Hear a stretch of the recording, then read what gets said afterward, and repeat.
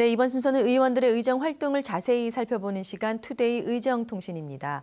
우리나라 보육 현장에서는 언제나 현실과 동떨어진 보육료로 인해 보육의 질, 보육교사의 처우 문제가 줄곧 제기돼 왔습니다.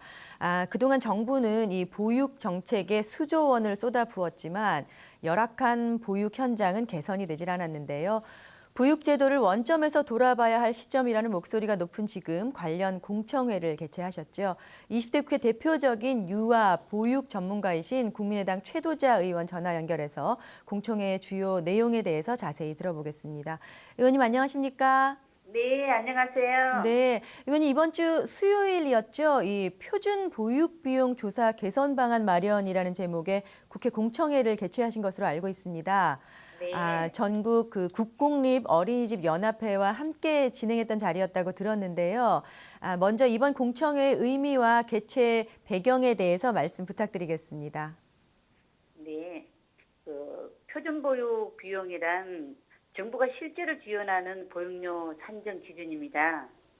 다시 말하면 실제 보육에 소요되는 보육 원가라고 말할 수 있는데요. 네, 그런데 실제 보육료의 이 표준보육 비용이 제대로 반영되지 않고 있습니다. 네, 표준보육 비용에도 못 미치는 그러한 보육료는 결국 보육의 질을 저하시키고 있습니다. 네, 네, 그래서 이번 공청회를 통해서요, 복지부와 또 어린이집 원장, 보육 전문가 등 이해 당사자들의 의견을 공청회에서 청취하고 공론하는 그러한 첫걸음을 띄었다는 데 의의가 있습니다. 네.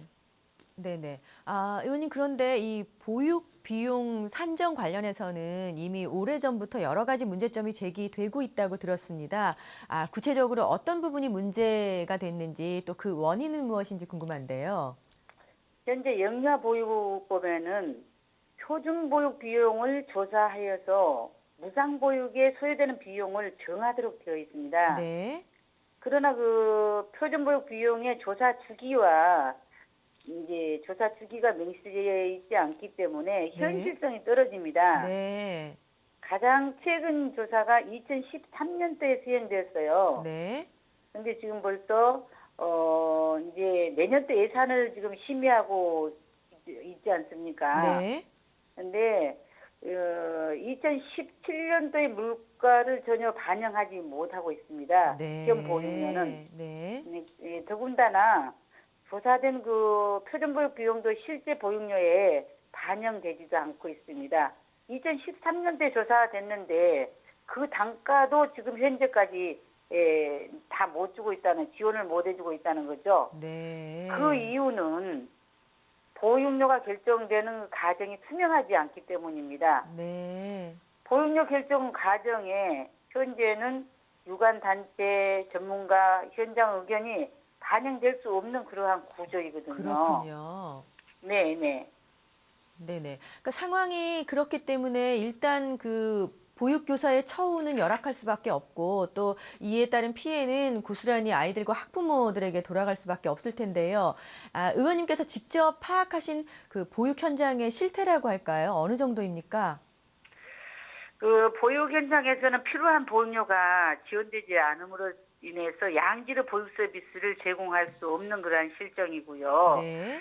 영유아 일일 극간식비는 1,745원입니다. 네. 물가 상승률을 반영하지 못한 보육료는 우리 아이들의 건강과 성장을 위한 극간식 제공도 이제 어렵게 합니다. 네. 그리고 또한 영유아를 보육하는 우리 보육교사들의 월 평균 급여가 147만 원으로 보육교직원의 처우가 아주 열악합니다. 네네. 그래서 그 현실과 동떨어진 보육료는 결국 아이들에게 피해가 미치게 되지 않겠습니까? 그렇죠. 네네. 예. 이 보육료를 제대로 산정하는 것이 또 한편으로는 출산율 장려를 위한 하나의 방안이 될 수 있을 것 같은데요. 이와 관련해서 이번 공청회 자리에서는 어떠한 이야기들이 나왔는지 궁금합니다. 이번 공청회에서 그 표준보육 비용과 관련된 구조상 문제와 개선 방안이 논의됐습니다. 네. 표준보육 비용 조사 주기를 정례화하자는 의견이 개진되고요. 네. 조사된 표준보육 비용이 교육료에 반영될 수 있는 시스템을 마련하자는 내용도 언급되었고요. 네. 그다음에 이제 중앙보육정책위원회 심의를 이제 법제화하고 부모와 어린이집 그리고 정부와 정책연구기관의 협력도 필요하다고 이제 보았습니다. 네. 네네. 이렇게 공청회 자리에서 뭐 다양한 의견들이 나왔고 또 여러 논의가 진행됐던 만큼 이 내용들이 향후 의원님께서 발의하실 법안에도 큰 도움이 될 것 같은데요. 이 표준 보육비용 조사 개선과 관련한 법안의 세부 내용은 어떻게 계획을 하고 계십니까? 예, 공청에서 나온 의견을 반영하여 법안을 발의하려고 합니다. 현재 보육 실태조사는 3년마다 진행하도록 규정하고 있습니다. 네. 그래서 이제 표준보육 비용 조사 주기를 보육 실태조사와 같이 3년으로 명시하려고 합니다. 네. 보육 서비스가 최소한의 질을 유지하기 위해서 보육료는 표준보육 비용 이상의 금액으로 산정하도록 규정하려고 합니다. 네. 왜냐하면 조금 전에도 말씀드렸지만은 2013년도에 표준보육료를 산정을 했지만은 네. 지금 현재 법으로는 어떠한 단가 산정을 했으면 그걸 지키라는 어떤 규정이 법적 근거가 없습니다. 네. 그래서 2013년도에 정한 표준 보육료도 지금 현재 그 보육료를 못 미치고 있다는 겁니다. 네네.